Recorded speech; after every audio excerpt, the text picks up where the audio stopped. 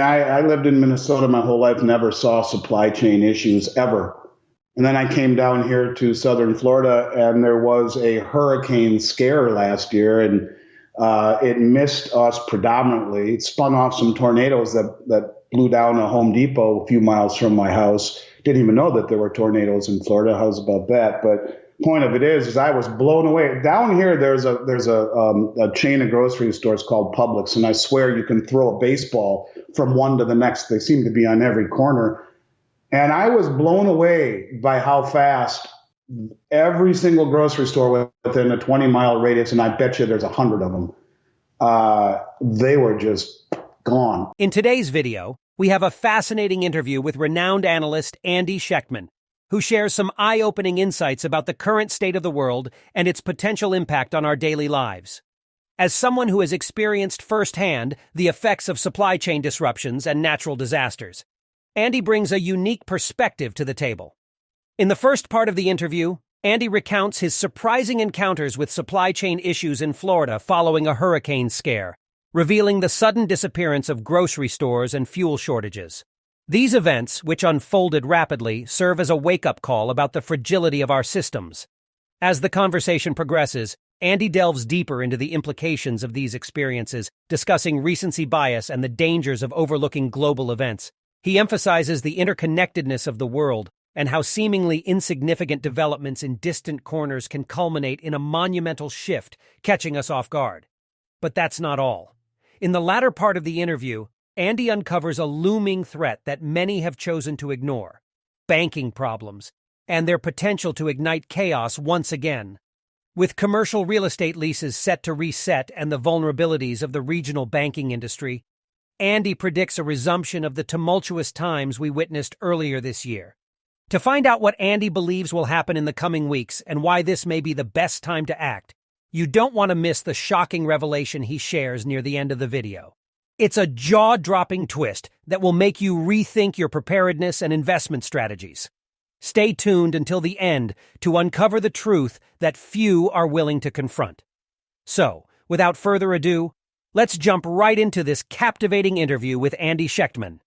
Yeah, and in fact, when just recently during there was a big flood, and for some reason, and I didn't even quite figure out how this worked. Evidently, flight has a lot to do with it, but there was a flood of the Fort Lauderdale airport. There was huge rain. They call it once in a 100-year rainstorm, and the Fort Lauderdale airport was flooded. Now, I guess I didn't realize that fuel was transported by airplanes, but evidently it is. I would have thought it would be mostly truckers, but every gas station from Miami northward up to where I am, almost an hour by car, they were out of fuel, and I'd never seen anything like it. I mean, I live in a suburb way away from Miami, and 80 to 90% of the gas stations had lines around the corner, and this was just from a flood.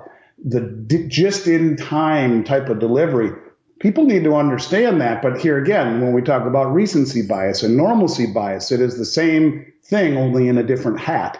And whether you talk about how fast things can change with food and water and preparedness versus how fast things can change with the system, I've long since argued it's an exponential curve where things start to change little by little by little, and then they fall off the cliff. And just like Hemingway went broke, little by little, then all at once. And I would argue that's exactly what we're seeing happen here. All of these pieces that we talk about, who cares what's happening in Kenya? Who cares what's happening in Zimbabwe? Who cares what's happening in all of these far corners of the world? Well, you should, because little by little by little by little by little by little, then bang, all at once, on a Sunday morning, we wake up, or a Monday morning, to a new reality. And I think that's where we are heading.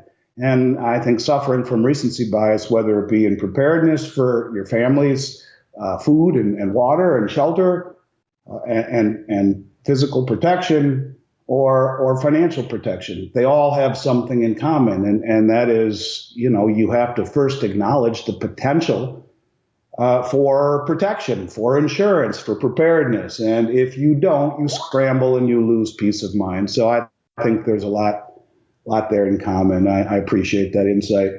You see the massive deliveries coming off of the world's exchanges, and you wonder, is there this massive shortfall in wholesale demand? Now, I believe it. I think there probably is.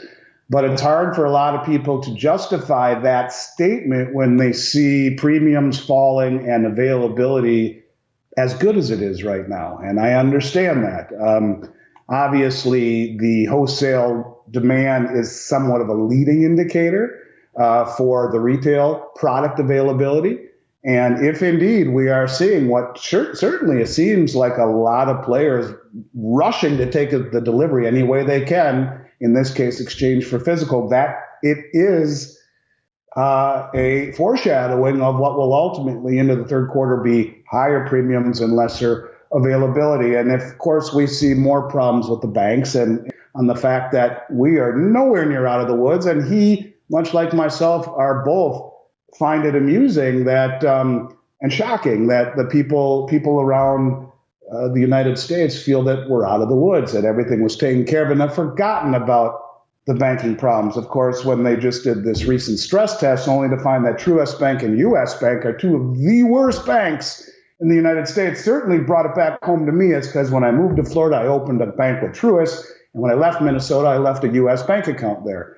So, this is real. And no matter how much I try to escape it, even as an analyst, it keeps finding me. And I don't think we are out of the woods even a little bit, with several $100 billion worth of commercial real estate leases to reset in the third quarter at what is basically double the cost. And the small businesses that are attached to those leases realizing that the regional banking industry has roughly 70% of the small business loans and of the commercial loans and leases in the real estate space. So we're not out of the woods even remotely. We have not seen the end of the banking problems. And I think when that reignites, which I expect it to do here in the coming months, we will see a resumption of the craziness that was March and April in this industry. So, I think this is the best buying opportunity for those that want to add to their portfolio that I have seen in over 3 years. Price, premium, availability, and counterintuitive pricing when we see such a massive rush to take physical delivery by the most well-informed traders on the globe and well-funded. It just seems to me like a no-brainer. But here again, it bucks human nature. When people are told to buy low and sell high, they typically buy when there's validation, kind of like the person who has anxiety that he hasn't prepared well enough with food and water. That's what we saw in March and April for the people who had tremendous anxiety. Just, I got to get my money out of the bank, please. We don't hear that right now, but we will before the end of the year. And that's the ironic thing about this whole ecosystem is a lot of people inherently get it, but they're just closing their eyes and hoping it goes away. And that's not the way to prepare. And this is no different. As we reach the end of this captivating exploration into current economic events, I hope you've gained valuable insights into the ever-evolving financial landscape. Remember, staying informed about the latest economic developments is crucial in today's interconnected world.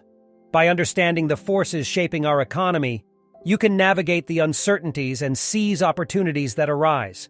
Whether it's market fluctuations, policy changes, or global trends, staying engaged with economic news allows you to make informed decisions that impact your financial well-being. Stay curious, stay informed, and don't forget to like, comment, and share this video.